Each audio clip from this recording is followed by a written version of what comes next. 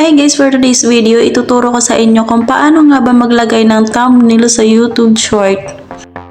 Yung dati po ay ang pwede lang maglagay ay yung merong 100 subscribers or marami pong subscribers. Ngayon po, kahit po 0 subscribers ay pwede na po maglagay ng thumbnail. Bago po ang lahat, kung bago ka pa lang dito sa ating channel, mag-subscribe ka na at i-hit mo na rin ang notification bell para updated ka sa ating susunod na video.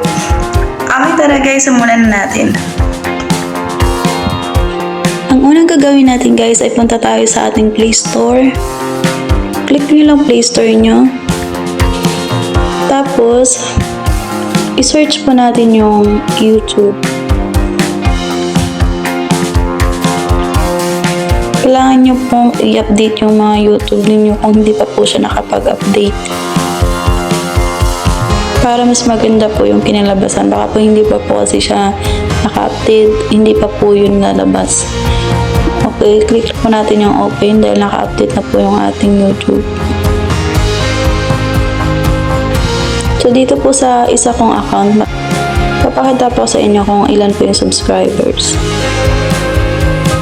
So yan po, 2 subscribers lang po siya. Ang susunod natin gawin ay punta tayo dito sa plus. Click na po natin itong plus. Tapos may makikita po kayo dito, create short. Click nyo lang po yan.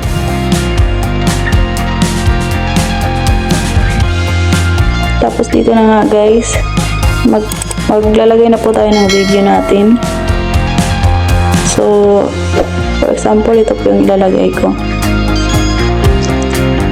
Tapos, kung okay na po yung video ninyo at i-upload na po natin, i-click nyo lang po yung done sa baba. Tapos, hintay po natin mag-upload. So, ayan na guys. Click po natin tong check sa gilid. Ayan. So, ayan na guys.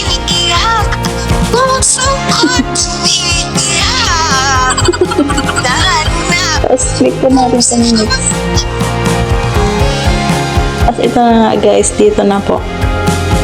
Click po natin tong pencil. So dito na guys, pwede na po kayong pumili kung ano pong thumbnail ang ilalagay ninyo. So ayan.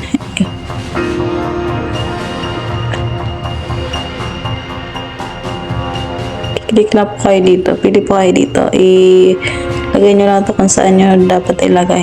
Example natin, lagay natin yan. Tapos, click nyo lang po yung done pag natapos na. So, click nyo lang po yung done. Tapos, lagay na po natin yung caption. Ang ganda ng boses. Lagay natin yung caption. Ang ganda ng boses.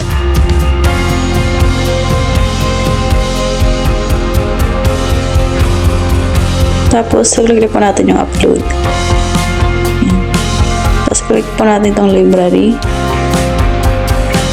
Click po natin yung your videos.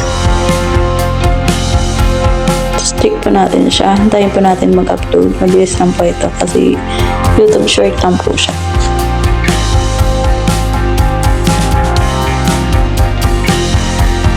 So, ito na guys. Nag-upload na kita niya.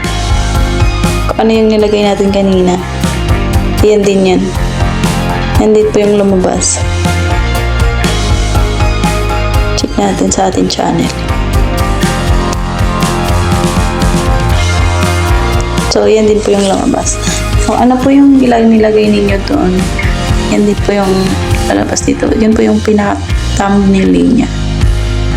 Ganyan lang guys. Kadali. Ganun lang guys, sana po nasundan ninyo. Huwag niyo pong kalimutan mag-subscribe, mag-like at i-share po ang ating video. Maraming salamat po.